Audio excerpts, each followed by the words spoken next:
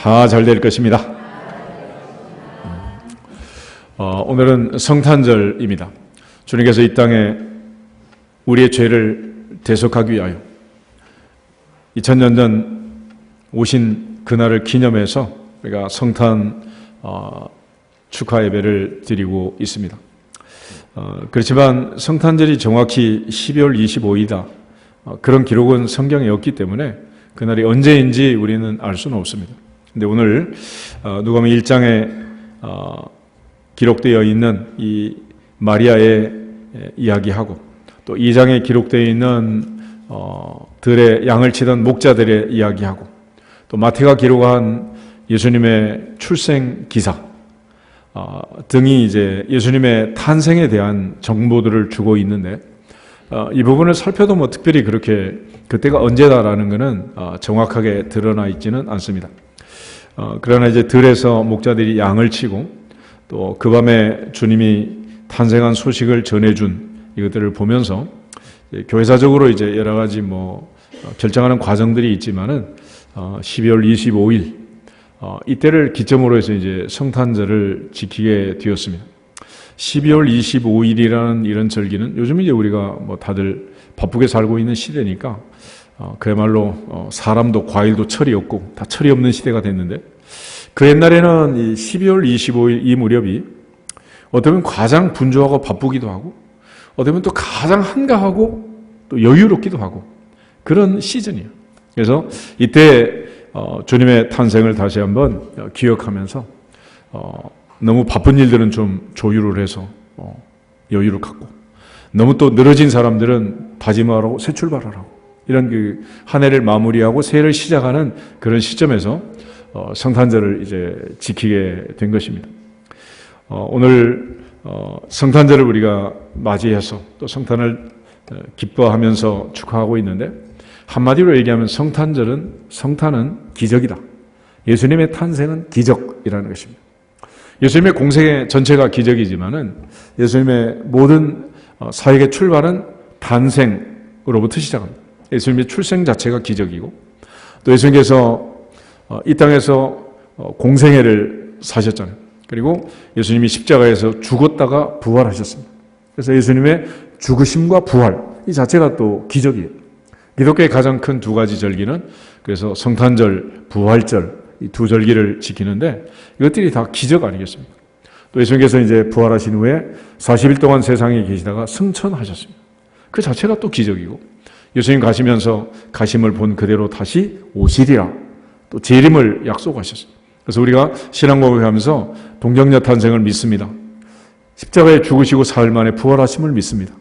하나님 보좌 우편에 올라가심을 믿고 그곳으로부터 산자와 죽은 자를 심판하러 오실 재림을 믿습니다. 예수님의 모든 사건 드라마 전체가 특별히 기적이고 그 기적의 출발점은 바로 성탄이라고 할 것입니다. 오늘 누가복음 1장에 예수님의 탄생에 대한 이 사건을 두고 마리아와 천사가 대화하는 내용이 기록이 되어 있습니다. 그 중에 28절에 보면 은혜를 받은 자여 평안할지어다 주께서 너와 함께 하시도다 천사 가브리엘이 이런 인사를 하게 됩니다. 그럴 때 마리아가 깜짝 놀라서 이런 인사가 어찌함인가 라고 생각할 때 마리아여 무서워하지 말라 내가 하나님께 은혜를 입었느니라 말씀하여 그리고 나서 보라 내가 잉태하여 아들을 낳으리니 그 이름을 예수라 하라. 그리고 그 예수님이 어떤 분인가를 설명을 해요. 우리 32절, 33절 두 절 한번 보실까요? 그가 큰 자가 되고 지극히 높으신 이의 아들이라 일컬어질 것이요 주 하나님께서 그 조상 다윗의 왕위를 그에게 주시리니 영원히 야곱의 집을 왕으로 다스릴 것이며 그 나라가 무궁하리라. 아멘. 그러니까 이 아이가 태어나서 다윗의 왕자를 물려받는 다윗의 왕위를 물려받는 다윗의 왕조를 이어가는 영원히 야곱의 집을 다스리는 왕노릇하는 그리고 그 나라가 영원 무궁한 그런 나라가 될 것이다 라는 말씀을 주세요. 얼마나 놀랍고 놀라운 얘기입니까? 그렇지만 마리아 입장에서 보면 아무리 내가 낳는 아이가 그렇다 하더라도 난 지금 남자를 알지 못하고 사내를 알지 못하는데 어떻게 이런 일이 나한테 일어날 수 있겠는가? 또 이 일이 일어나면 되겠는가? 그래서 이 누가복음 1장의 내용을 보면 마리아 자체가 이 사실을 지금 받아들이지 못하고 있는, 받아들일 수 없는 사건이에요. 아무리 천사라도 그렇고 내용이 지금 얘기한 것처럼 내가 낳은 아들이 구세주가 되고 온 인류를 구원할, 온 세상을 다스릴 만왕의 왕이라 하더라도 이 그렇게 쉽게 용납할 수 있는 일은 아니잖아요. 그래서 34절에 마리아가 천사에게 말하기를 나는 남자를 알지 못하니 어찌 이런 일이 있겠습니까? 라고 물었어요. 어떻게 이런 일이 다 일어날 수 있느냐? 그러되 천사 가브리엘이 설명을 합니다. 어떻게 해서 기적이 일어날 수 있는지를 설명을 하는 거예요. 35절, 6절, 7절 우리 세 절을 보겠습니다. 천사가 대답하여 이르되 성령이 내게 임하시고 지극히 높으신 이의 능력이 너를 덮으시리니 이러므로 나실 바 거룩한 이는 하나님의 아들이라 일컬어지리라. 보라 내 친족 엘리사벳도 늙어서 아들을 배었느니라. 본래 임신하지 못한다고 알려진 이가 이미 6달이 되었나니 대저 하나님의 모든 말씀은 능하지 못하심이 없느니라. 아멘. 첫 번째는 천사가 지극히 높으신 이 하나님의 능력이 너를 덮을 것이다. 성령이 내게 임하고 하나님의 능력이 너를 덮어 하나님의 아들이 잉태되고 태어나게 될 것이다 라는 말씀을 하세요. 그러니까 이 놀라운 기적은 성령의 능력, 성령의 권능, 성령의 역사로 일어나게 될 거다라고 말했습니다. 그리고 또 한 사람 사례를 들어줬습니다. 친족 엘리사벳.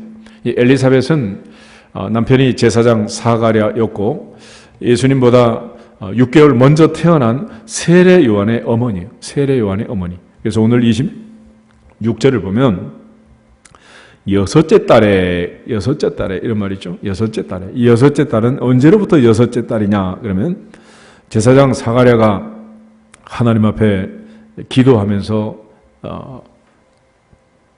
제단을 쌓습니다. 그때 아들을 달라고 하나님께 소원을 해요. 그러자 하나님께서 아들을 주겠다라는 말씀을 하십니다. 그러니까 이번에는 또 사가랴가 하는 말이 19절에 이렇게 말해요. 나는 18절에 내가 이것을 어떻게 알리요? 내가 늙고 아내도 나이가 많으니이다. 그러니까 늙은 제사장이 주책 없이 아들 주세요 그래 놓고도 준다 그러니까 내가 어떻게 알리요? 내가 늙고 아내도 나이가 많으니이다. 그래. 이게 항상 기도하는 사람들의 딜레마 아니겠어? 그러니까 구하지를 말든지 준다고 하면 믿든지 그랬네. 기도하고서 의심하고 의심하면서 기도하고 늘 이렇게 막 딜레마에 빠지는. 그래서 천사가 사가랴 입을 딱 봉함을 시켰습니다. 차라리 넌 벙어리로 있어라. 애 낳을 때까지 입 다물고 있고 아무 말도 하지 마라. 그렇지만 내가 약속했으니까 아들은 준다. 그래서 세례 요한이 태어날 때까지 사가랴는 이제 벙어리가 됩니다. 그런데 엘리사벳이 이제 배가 불러서 벌써 이제 할머니가 6개월이 됐단 말이에요. 그러니까 도저히 있을 수 없는 일들이 지금 일어나고 있는 것을 보여주면서 천사 가브리엘이 마리아에게 얘기를 하는 거예요. 지금 엘리사벳이 임신한 지 6개월이다. 대저 하나님의 모든 말씀은 능하지 못하심이 없다. 그럴 때 정말 마리아가 예수님의 어머니가 되는 결정적 순간인데 38절 같이 보겠습니다. 마리아가 이르되 주의 여종이 오니 말씀대로 내게 이루어지이다 하매 천사가 떠나가니라. 아멘. 하나님 말씀하셨을 때 그 말씀을 받아들이는 것, 그 말씀을 믿고 믿어지는 것, 이것이 얼마나 놀라운 일인지. 그런데 우리가 말씀을 듣고 믿고 믿어지는 것도 누가 도와주셔야 되느냐? 성령께서. 그러니까 똑같은 말을 들어도 어떤 사람은 믿고 어떤 사람은 안 믿고, 어떤 사람은 믿어지고 어떤 사람은 안 믿어지냐. 그래서 이사야 때부터 우리의 전한 것을 누가 믿었느냐? 여호와의 팔이 누구에게 나타났습니까? 도대체 어떤 사람은 믿고 어떤 사람은 안 믿습니까? 어떤 사람은 믿어지고 어떤 사람은 안 믿어집니까? 라는 거예요. 그래서 그 차이를 지금 성경은 명확하게 이제 배후 세력을 설명합니다. 그런 성령의 능력이다. 성령의 역사다. 그러니까 우리가 하나님의 말씀을 듣고 전하고 읽고 깨닫고 할 때 하나님의 성령이 보혜사가 오셔서 생각나게 하시고 깨닫게 하시고 가르쳐 주시고 믿어지게 하시고 믿게 하시면 믿을 수밖에 없느니라. 그렇지만 그런 은혜를 안 주시면 믿을 수 없는 일이란 말이에요. 마리아가 얘기한 것처럼 나는 남자를 알지 못하는데 어찌 이 일이 있으리까? 도대체 그런 일이 있냐 말이죠. 역사 이래 인류가 살아오면서 남자 없이 태어난 아이가 있었냐 말이에요.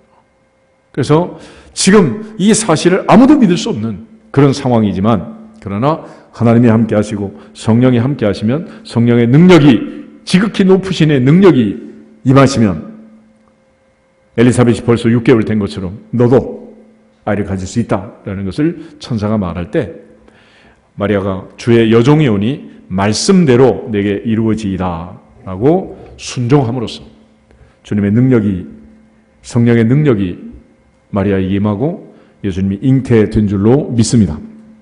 그러므로 성탄절을 맞이하면서 첫 번째로 우리가 기억할 것은 성령의 능력을, 권능을 믿고 체험할 수 있기를 주 이름으로 축복합니다. 예수님께서 이 땅에서 사역을 마치시고 승천할 때에 부탁했던 말은 그거예요. 제자들에게 땅끝까지 가서 복음을 전하라 말씀했지만은 빨리 가라 하지 않고 먼저 기다려라. 예루살렘을 떠나지 말고 아버지의 약속하신 것을 기다려. 위로부터 능력이 입히 올 때까지 기다려라.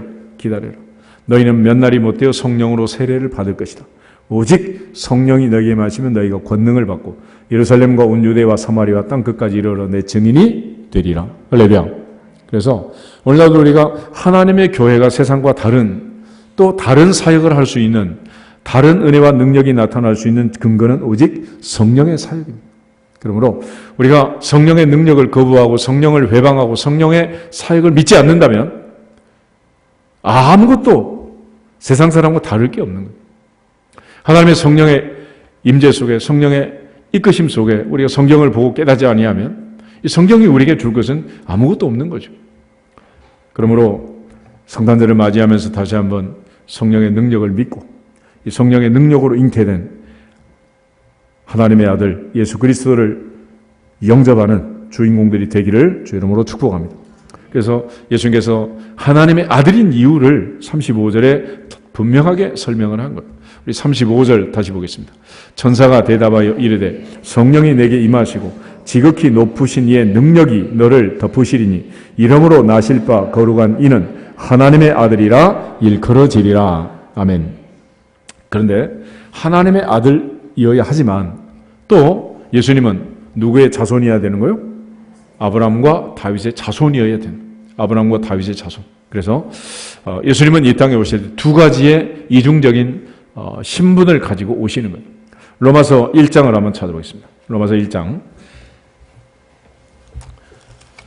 3절, 4절 우리 두 절을 보겠습니다.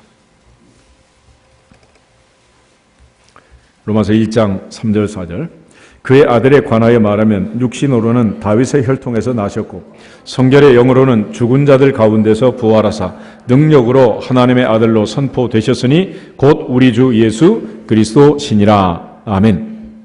여기서도 두 가지를 하나님의 아들 예수 그리스도, 선지자들이 미리 성경에 예언한 그 아들은 이중적이다.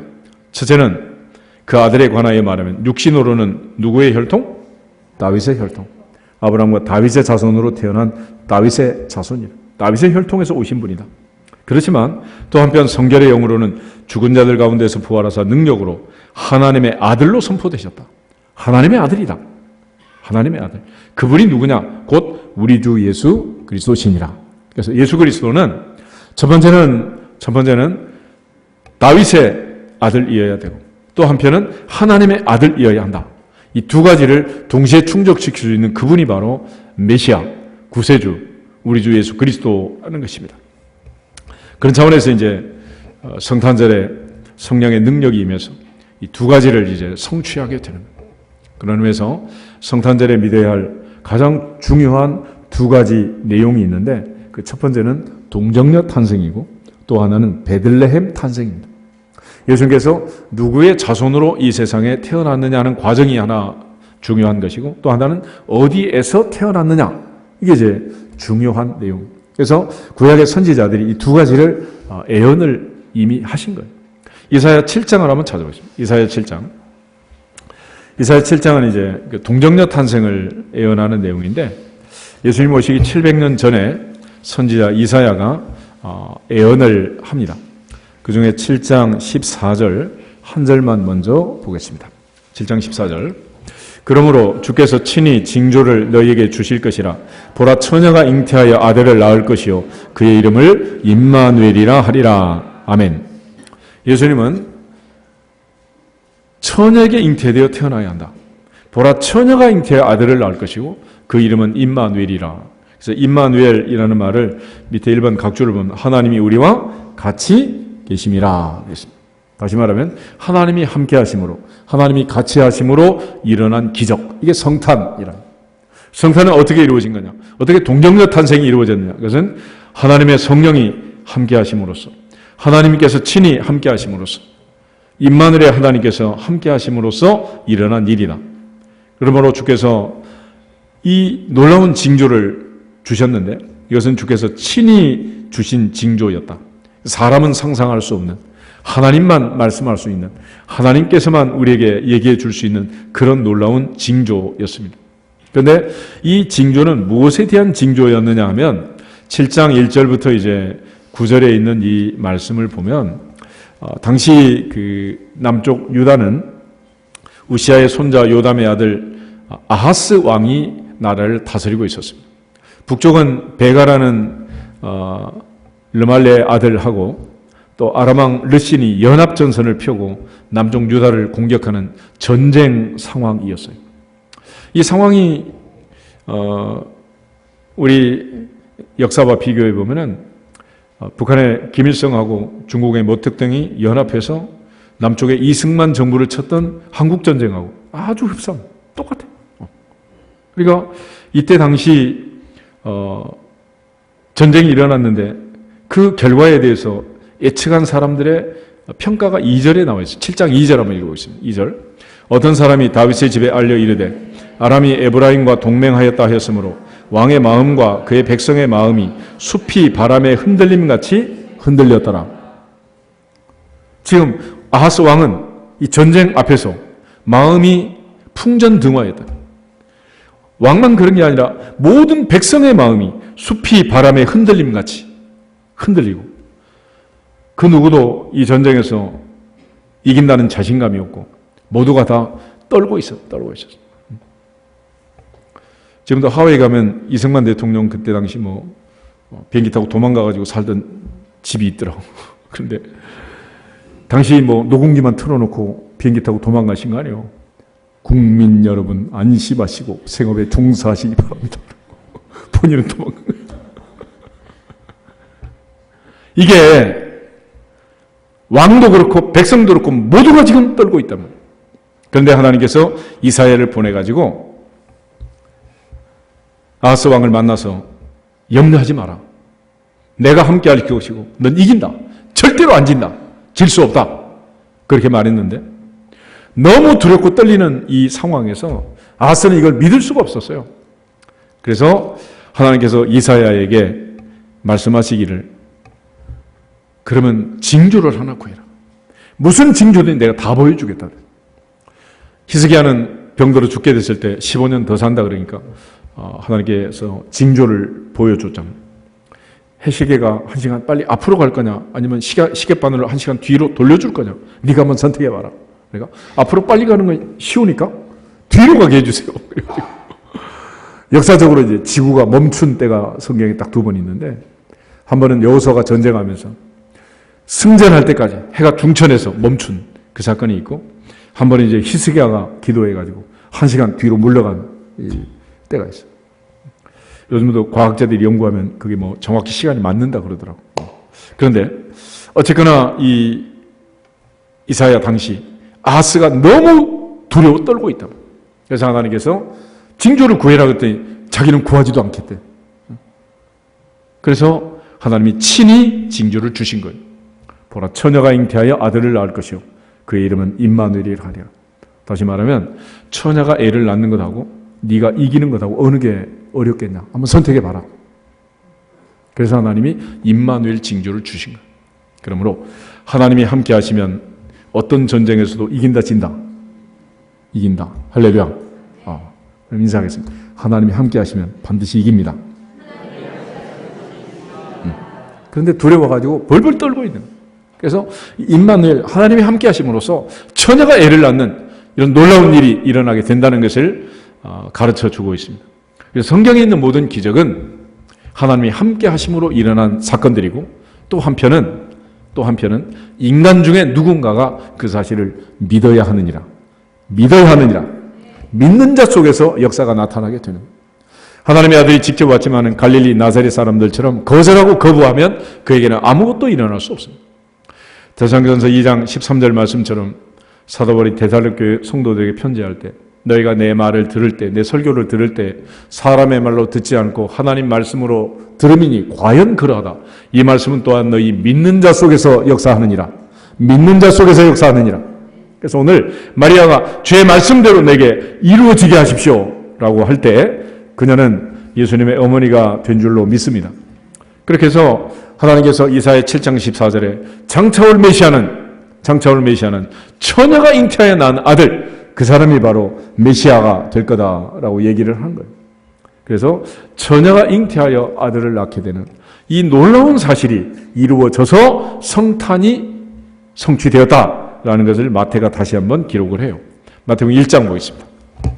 마태복음 1장 21절, 22절, 23절 세 절을 보겠습니다. 아들을 낳으리니 이름을 예수라 하라. 이는 그가 자기 백성을 그들의 죄에서 구원할 자이심이라 하니라. 이 모든 일이 된 것은 주께서 선지자로 하신 말씀을 이루려 하심이니 이르시되 보라 처녀가 잉태하여 아들을 낳을 것이요 그의 이름은 임마누엘이라 하리라 하셨으니 이를 번역한즉 하나님이 우리와 함께 계시다 함이라. 아멘. 예수님께서 이 땅에 태어나신 동정녀 탄생은 선지자 이사야를 통하여 약속하신 그 말씀의 성취였다라는 것입니다. 우리 오늘 언약의 말씀을 들으면서 강조했던 말씀이 있죠. 하나님 말씀은 반드시 이루어진다. 할렐루야. 그래서 이사야를 통해서 하신 말씀도 반드시 이루어진다.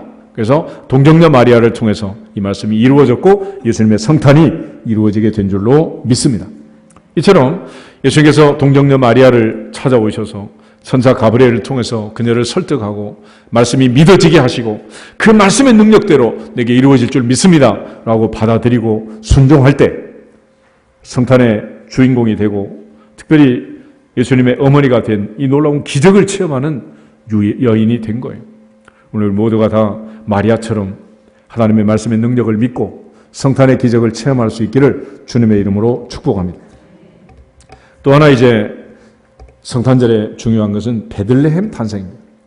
예수님은 처녀의 몸에서 태어나야 되지만 또 하나는 베들레헴에서 태어나야 다윗의 자손으로 오셔야만 된다는 미가서 5장 2절을 한번 찾아보겠습니다.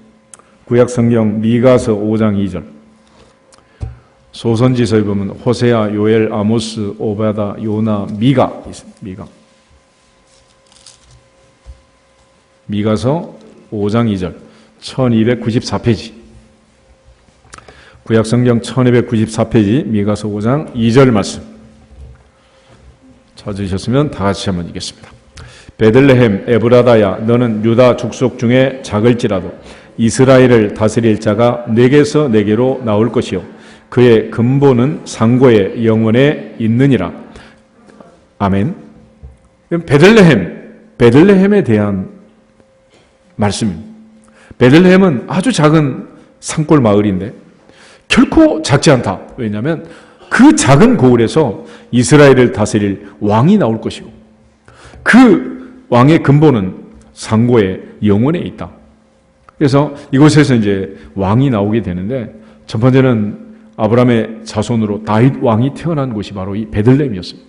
그리고 이 베들레헴에서 1000년 후에 예수님이 태어나게 돼요. 예수님. 이 베들레헴이라는 이름은 히브리어로 베이트라는 말은 집입니다. 집. 베이트 엘, 베델 그러면 하나님의 집 그런 말인데 베이트 레헴은 떡이라는 떡. 그래서 우리 성탄절에 떡 주는 거예요. 떡집에서 생명의 떡이신 예수님이 태어나서 떡 먹으면서 이제 기억하라고. 나갈 때 떡 받아가세요. 그냥 가지 말고 또 안 줬다 그러지 말고. 필요한 사람 2개 달라 그래도 돼. 오늘 떡 많이 먹어도 되는 날이야. 그런데 이 이 작은 방앗간에서 생명의 떡이지 예수님이 태어남으로써 세계에서 가장 유명한 그런 성지가 됐단 말이에요. 그래서 베들레헴 에브라다, 그 작은 고을, 너는 절대로 작지 않다라고 미가가 예언을 하게 됩니다. 우리가 동방박사 이야기를 알죠. 동방박사들이 별을 보고 오다가 갑자기 별이 사라졌어요. 그래서 예루살렘에 와서 왕궁을 찾아가게 됩니다. 왕궁을 찾아가서 물었어요. 왕자가 어디서 태어나냐? 이스라엘 왕이 될 왕자가 어디서 태어나냐? 그러니까 성이 벌컥 뒤집히고 헤롯 왕이 한밤중에 긴급 회의를 소집하게 됩니다. 그리고 나서 어디서 태어나는가를 물었어요. 우리 마태복음 1장 한번 보실까요?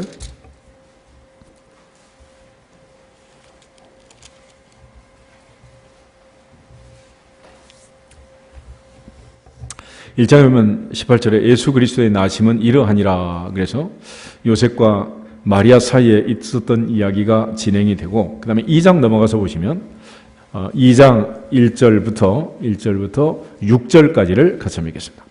헤롯 왕 때에 예수께서 유대 베들레헴에서 나심에 동방으로부터 박사들이 예루살렘에 이르러 말하되 유대인의 왕으로 나시니가 어디 계시냐?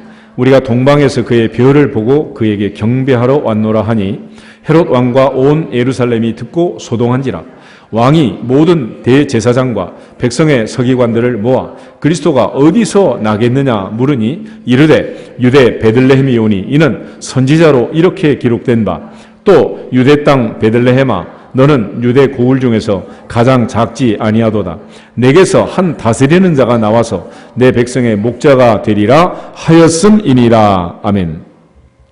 당시 모든 박사들이, 성경을 연구하는 사람들이 예수님은 어디에서 태어난다? 베들레헴에서 태어난다라는 사실을 이미 알고 있었어요. 이미. 그래서 헤롯 왕이 긴급 회의를 소집했는데 모두가 다 베들레헴이라고 미가서 5장 2절 말씀을 지목했습니다. 오늘 어쩌면 미가서 5장 2절을 처음 읽은 사람도 있을 텐데 2000년 전에 이 율법을 연구하던 사람들은 성경을 자세히 읽은 것 같아. 대충 읽은 것 같아. 우리처럼 막 100장 읽었다고 원쓰고 막 내용도 모르고 막 그러면 안 돼요. 정확하게 잘 읽으셔야 돼요. 근데 이 베들레헴, 그곳에서 예수님이 태어나셨다. 특별히 예수님께서 유대 베들레헴에서 나셨다라는 것을 강조하고 있고, 이 사실은 헤롯 왕이 확인했고 동방 박사들이 확인했고, 예수님은 어디에서 태어났다? 베들레헴에서 태어났다. 그런데 예수님께서 이제 그 베들레헴에서 태어났는데 베들레헴 사람이 아니고 예수님은 갈릴리 사람이다, 이런 오해를 많이 받았습니다. 그래가지고 많은 사람들이 예수님을 배척하고 믿지 않는 이런 일을 했는데 왜 그렇게 되었느냐? 13절부터 이제 18절을 보면은 예수님께서 이제 애굽으로 피난 가는 얘기가 있습니다. 동방 박사들을 통해서 예수님께서 어디에서 태어났는가를, 어느 집인가를 헤롯이 알려달라 그랬는데 알려주지 말고 빨리 도피해라 그래가지고 하나님의 지시를 받고 이 동방 박사들이 사라진 거예요. 그러자 헤롯이 박사들에게 속은 줄 알고 심히 노했다. 16절에 그렇게 돼 있죠. 2장 16절 보면. 그래가지고 베들레헴과 그 모든 지경 안에 있는 산의 아이를 박사들에게 자세히 알아본 그때를 기준해서 2살 밑에 아이를 모조리 다 죽였다는 거예요. 그래서 요셉이 아기와 마리아를 데리고 도망을 갔습니다. 그리고서 다시 헤롯이 죽은 다음에 현몽을 해요. 그때 이제 돌아와서 살던 동네가 나사렛이었습니다. 19절에서 23절 같이 한번 보겠습니다. 헤롯이 죽은 후에 주의 사자가 애굽에서 요셉에게 현몽하여 이르되 일어나 아기와 그의 어머니를 데리고 이스라엘 땅으로 가라. 아기의 목숨을 찾던 자들이 죽었느니라 하시니 요셉이 일어나 아기와 그의 어머니를 데리고 이스라엘 땅으로 들어가니라. 그러나 아켈라오가 그의 아버지 헤롯을 이어 유대의 임금됨을 듣고 거기로 가기를 무서워하더니 꿈에 지시하심을 받아 갈릴리 지방으로 떠나가 나사렛이란 동네에 가서 사니 이는 선지자로 하신 말씀에 나사렛 사람이라 칭하리라 하심을 이루려 함이러라. 아멘. 그래서 예수님은 베들레헴으로 가지 않고 나사렛에 가서 그렇게 성장했다라는 기록이 나와 있습니다. 그래서 많은 사람들이 이제 예수님을 영접하고 예수님을 믿고 예수님을 받아들여야 되는데 특별히 예루살렘 사람들, 서울 사람들이 촌 사람을 무시한 거야. 받아들이지 않은 거지. 그리고 또 많은 사람들이 논쟁을 할 때마다 또 예수님을 영접해야 되고 받아들일 때마다 이 두 가지가 걸리는 거예요. 첫째는 동정녀 탄생이요. 두 번째는 베들레헴 탄생이어야 되는데 이 두 가지가 맞지 않으면 구세주가 될 수 없기 때문에 여기서 이제 늘 걸리게 되는 거죠. 요한복음 1장 한번 찾아보겠습니다. 아침에도 새벽에 잠깐 봤었는데 요한복음 1장에 보면은 그 빌립이 나다나엘에게 전도를 합니다. 그럴 때 이 나다나엘은 모가나무 아래서 늘 성경을 묵상하고 성경을 깊이 있게 연구하던 그런 착한 사람이었기 때문에 나다나엘에게 빌립이 전도를 할 때 나다나엘이 한마디로 얘기를 합니다. 43절부터 우리 46절 한번 보겠습니다. 이튿날 예수께서 갈릴리로 나가려 하시다가 빌립을 만나 이르시되 나를 따르라 하시니 빌립은 안드레와 베드로와 한 동네 벳세다 사람이라. 빌립이 나다나엘을 찾아 이르되 모세가 율법에 기록하였고 여러 선지자가 기록한 그 일을 우리가 만났으니 요셉의 아들 나사렛 예수니라. 나다나엘이 이르되 나사렛에서 무슨 선한 것이 날 수 있느냐. 빌립이 이르되 와서 보라 하니라. 아멘. 나다나엘은 동방박사들에게 정보를 제공하고 헤롯 왕에게 정보를 제공했던 그 바리새인들 서기관들처럼 미가서 5장 2절을 너무 잘 알고 있었기 때문에 메시아는 다윗의 동네에서 베들레헴에서 태어나는 거지 나사렛에서 태어날 수가 없단 말이에요. 그래서 나사렛에서 선한 게 날 수 있느냐, 메시아가 될 수 없다라고 말했습니다. 그렇지만 예수님을 만나고 나서 나다나엘은 놀라운 고백을 합니다. 빌립이 너를 부르기 전에 내가 무화과나무 아래 있을 때 보았다. 그러자 49절에 나다나엘이 대답하되 라비오, 당신은 하나님의 아들이시오 당신은 이스라엘의 임금이로소이다. 그러니까 이 나다나엘은 예수님께서 하나님의 아들이라는 것을 너무도 쉽게 믿고 또 믿어지고 하게 된 거예요. 그래서 이 나다나엘이 이렇게 금방 예수님을 믿고 또 믿어지게 된 것은 47절에 보면 예수님이 이런 말씀을 하세요. 보라, 이는 참으로 이스라엘 사람이라. 그 속에 뭐가 없다? 간사한 게 없다. 간사. 그러니까 어린아이처럼 순전하게 말씀 믿어야 역사가 나타나게 되는데 우리 말씀을 보면 늘 머리를 한 바퀴 돌리잖아. 막. 그게 잘 안 믿어지는 거지. 막. 그렇지만 나다나엘은 참으로 이스라엘 사람이고 그 속에 진실함이 있었기 때문에 예수님을 보자마자 이는 하나님의 아들이요 이스라엘의 임금 왕이라는 것을 믿고 고백하게 된 것입니다. 요한복음 7장 한번 더 보겠습니다. 7장에 보면 밤에 예수님을 찾아왔던 니고데모, 그 니고데모가 예수님 편을 듭니다. 그럴 때 많은 대제사장 바리새인들이 니고데모에게 이제 마지막 다그치는 얘기가 있는데 47절부터 52절까지를 같이 읽어보겠습니다. 바리새인들이 대답하되 너희도 미혹되었느냐? 당국자들이나 바리새인 중에 그를 믿는 자가 있느냐? 율법을 알지 못하는 이 무리는 저주를 받은 자로다. 그 중에 한 사람 곧 전에 예수께 왔던 니고데모가 그들에게 말하되 우리 율법은 사람의 말을 듣고 그 행한 것을 알기 전에 심판하느냐? 그들이 대답하여 이르되 너도 갈릴리에서 왔느냐? 찾아보라. 갈릴리에서는 선지자가 나지 못하느니라 하였더라. 아멘. 니고데모가 예수님 편 드니까 니고데모에게 모든 사람이 막 달려들어서 묵사발을 시키는데 그게 뭐냐? 예수는 갈릴리 사람이에요. 갈릴리 사람. 갈릴리에서는 선지자가 나올 수 없다. 갈릴리에서는 왕이 나올 수 없다. 갈릴리에서는 구세주가 메시아가 나올 수가 없다는 거예요. 그래서 예수님께서 베들레헴 사람이 아니고 갈릴리 사람인 것처럼 위장하고 사신 거죠.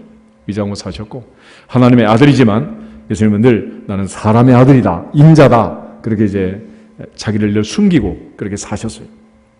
마태복음 16장에도 베드로가 주는 그리스도시요 살아계신 하나님의 아들이십니다. 그러죠. 바요나 시모아 내가 복이 있다 말씀하시고 이 얘기 절대로 해야 된다 하면 안 된다? 하면 안 된다. 숨겼잖아. 그렇게 예수께서 이제 베들레헴 출신이라는 것을 성경은 너무도 정확하게 얘기를 하는데 많은 사람들은 예수님이 갈릴리 출신이라고 오해를 한 거예요. 그래서 성탄절을 맞이하면서 다시 한번 우리가 예수님이 우리의 구주고 예수만이 우리의 구주인 두 가지 분명한 증거. 첫째는 동정녀 탄생하신 분이고 어디에서 태어나셨다? 베들레헴에서 태어나셨다. 그러니까 요즘 뭐 한국에 이단이 많잖아요. 뭐 이런저런 온갖 이단들이 있는데 지가 하나님이라고 예수라고 막 베들레헴에서 태어나지도 않았으면서. 더 놀라운 사실은 거기에 속아가지고 사기를 당해가지고 끌려다니는 인구가 한둘이 아니에요. 한둘이. 이제는 막 옛날에 몰래 숨어서 전도를 하더니 요즘 막 대놓고 이제 막 청와대 앞에까지 가서 막 깃발 들고 데모를 하잖아요. 이런 참 희한한 세상이 된 거예요. 성탄절을 맞이하면서 다시 한번 이사야가 말한 것처럼 보라 처녀가 잉태하여 아들을 낳을 것이요 그 이름을 임마누엘이라 하리라. 할렐루야. 또 하나는 베들레헴 에브라야 너는 결코 작지 않다. 너로부터 이스라엘을 다스릴 자가 나올 것이니라. 이 두 말씀을 잘 기억하시면 좋겠습니다. 누가복음 2장을 한번 더 보겠습니다. 누가복음 2장에 보면 그렇게 태어난 예수님께서 이제 그 베들레헴에 가서 낳게 된 또 하나의 사건을 누가가 기록하는데 2장 1절에 보면 그때 가이사 아구스도가 영을 내려 천하로 다 호적하라 했다. 이 호적은 구레노가 수리아 총독이 되었을 때 처음 한 것이다 라고 말합니다. 그래서 이제 구레노가 수리아 총독이 되었을 때가 AD 6년에서 한 7년경이고 예수님이 탄생할 때가 BC 5년에서 한 4년경으로 봅니다. 그래서 요셉이 인구조사에 응한 때가 2장 4절 5절에 있는 말씀처럼 마리아를 데리고 베들레헴으로 간 때가 구레노의 재임 기간하고 이제 잘 맞지 않는 이것 때문에 많은 사람이 또 의문을 갖기도 합니다. 근데 여기에 대해서 이제 학자들은 구레노가 총독을 2번 했어요. 2번. 그래서 본문은 첫 번째 재임 기간에 해당된다. 그래서 이제 해석을 보통 합니다. 어쨌거나 하나님께서 로마의 황제 가이사라는 말이 C죠. 로마 황제예요. 로마 황제를 동원해가지고 온 천하에 호정령을 내리고 그걸 또 총독 구레노가 또 시행을 해가지고 요셉이 마리아를 데리고 고향 어디로 가는 거예요? 베들레헴에 갔고 그때 해산할 시기가 돼가지고 거기서 아이를 낳았다. 그런데 그곳에 들어갈 만한 여관도 없었고 여주도 없었고 그래서 구유에 아이를 낳아서 뉘었다라는 기록이 7절까지 나와 있습니다. 그래서 예수님의 그 어린 시절을 보면 생활이 아주 피폐했던 것을 알 수 있고 또 넘어가서 2장 22절부터 24절에 보면 모세 법대로 이제 그 남자아이가 태어나면 정결 예식을 해야 되는데 22절부터 24절 한번 보실까요? 모세의 법대로 정결 예식의 날이 참에 아기를 데리고 예루살렘에 올라가니 이는 주의 율법에 쓴 바 첫 해에 처음 난 남자마다 주의 거룩한 자라 하리라 한 대로 아기를 주께 드리고 또 주의 율법에 말씀하신 대로 산비둘기 한 쌍이나 혹은 어린 집비둘기 둘로 제사하려 함이더라. 아멘. 레위기에 보면 이제 제사의 종류가 제물에 따라 이제 달라져요. 형편에 따라서 소를 가지고 드릴 사람은 소의 번제를 드리고 양을 가지고 드릴 사람은 양의 번제를 드리고 형편이 안 되는 사람은 비둘기 제사를 드렸습니다. 집비둘기. 그런데 그것도 형편이 안 되면 산비둘기를 잡아다 드린 거예요. 그러니까 예수님께서 이 어린 시절에 지금 결례를 행하는데 마리아와 요셉이 지금 성전에 예루살렘에 왔는데 와서 지금 할 게 없으니까 어린 집비둘기 둘. 큰 거는 더 비싸니까. 비둘기 새끼 2마리. 아니면 산비둘기. 그러니까 얼마나 형편이 어려웠겠어. 그래서 여튼 여러분이 행복하게 잘 살기를 주님의 이름으로 축복합니다. 그렇지만 꼭 부자라고 죽은 것도 아니고 힘들다고 또 어렵다고 고난 당한 게 꼭 손해도 아니다. 여튼 성경은 반전에 반전이 많으니까 어쨌거나 예수님의 어린 시절을 보면 형편이 이랬다는 걸 우리가 충분히 미루어 짐작할 수 있습니다. 그래서 예수님께서는 어쩔 수 없이 로마 황제의 명령을 따라 요셉이 마리아가 베들레헴에 가서 아이를 낳음으로써 예수님은 어디에서 태어났다? 베들레헴에서. 그러니까 예수님의 베들레헴 탄생, 이게 이제 성탄절의 가장 중요한 사건 중에 하나입니다. 이렇게 베들레헴에서 태어난 그날 목자들에게 천사가 이제 들려준 말씀이에요. 10절부터 14절 누가복음 2장 10절부터 14절을 같이 읽겠습니다. 천사가 이르되 무서워하지 말라. 보라 내가 온 백성에게 미칠 큰 기쁨의 좋은 소식을 너희에게 전하노라. 오늘 다윗의 동네에 너희를 위하여 구주가 나셨으니 곧 그리스도 주시니라. 너희가 가서 강보에 쌓여 구유에 뉘어 있는 아기를 부리니 이것이 너희에게 표적이니라 하더니 후련히 수많은 천군이 그 천사와 함께 하나님을 찬송하여 이르되 지극히 높은 곳에서는 하나님께 영광이요 땅에서는 하나님이 기뻐하신 사람들 중에 평화로다 하니라. 아멘. 다윗은 디모데에게 편지하면서 미쁘다 모든 사람이 받을 만한 이 말이요 그리스도 예수께서 죄인을 구원하시려고 세상에 임하셨다 하였도다. 그러니까 예수님이 세상의 모든 죄를 짊어지고 세상의 모든 죄인을 구원하기 이 땅에 오신 그게 가장 중요한 복음 중의 복음이라는. 지금 천사가 하는 말도 오늘 다윗의 동네에 구주가 나셨다. 너희를 위하여 구주가 나셨다. 곧 그리스도 주시니라. 그래서 천사가 전해준 가장 핵심적인 좋은 소식이 뭐냐? 11절. 오늘 다윗의 동네에 너희를 위하여 구주가 나셨으니 곧 그리스도 주시니라. 그런데 이것을 가리켜 10절을 보면 좋은 소식 그랬습니다. 좋은 소식. 굿뉴스. 좋은 소식. 복음이라는 복음. 그런데 그 앞에 수식어가 많아요. 먼저는 기쁨의 뉴스. 기쁨의 좋은 소식. 그 앞에 또 큰이라는 말이 있어요. 큰 기쁨의 좋은 소식. 그리고 나서 또 앞에 또 있죠. 온 백성에게 미칠 큰 기쁨의 좋은 소식. 그냥 백성들이 온 세상 모든 백성에게 미칠 큰 기쁨의 좋은 소식. 근데 여기서 크다라는 말이 있는데 이 말은 헬라어로 메가라는 말을 씁니다. 메가. 메가라는 단위는 아무 때나 쓰는 게 아니라 핵무기, 미사일, 핵폭탄 이런 걸 계산할 때 쓰는 단위가 메가톤이라고 그래요. 메가톤.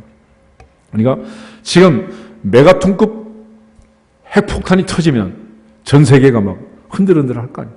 그런데 이 좋은 소식, 이 기쁨의 좋은 소식이 2000년 전에 베들레헴에서 터진 거예요. 2000년 동안 이게 지금 전 세계를 흔들고 그래서 이제 2000년 전 지금은 어젯밤에 온 세계가 동시에 할렐루야 흔들흔들한 이 놀라운 기쁨의 소식이 전 세계를 흔드는 그런 좋은 소식이라는 것을 2000년 전에 천사가 목자들에게 알려준 거예요. 오늘 이 놀라운 소식을 우리가 받았으니 또 이 놀라운 소식을 전할 수 있기를 주님의 이름으로 축복합니다. 그래서 성탄은 이 큰 기쁨의 좋은 소식을 전하는 것이고 그런 의미에서 예수님은 인류의 소망이고 우리의 유일한 소망이다. 예수님 외에는 답이 없고 대책이 없는 거예요. 그런 차원에서 성경은 예수님을 바라보고 예수님을 생각하고 예수님만 붙들자라는 것을 강조하는 거죠. 우리 히브리서 말씀을 마지막으로 한 번 더 보면 좋겠습니다. 히브리서 3장 1절 보겠습니다. 히브리서 3장 1절. 히브리서 3장 1절. 그러므로 함께 하늘의 부르심을 받은 거룩한 형제들아 우리가 믿는 도리의 사도이시며 대제사장이신 예수를 깊이 생각하라. 아멘. 누구를 생각해라? 예수를 생각하라. 성탄제는 누구 생각해? 오빠 생각하지 말고 예수님 생각. 우리 인사하겠습니다. 예수님을 깊이 생각합시다. 그러면 히브리서 12장 보겠습니다. 히브리서 12장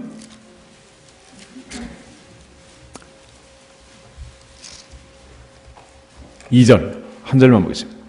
히브리서 12장 2절 믿음의 주요 또 온전하게 하신 인 예수를 바라보자.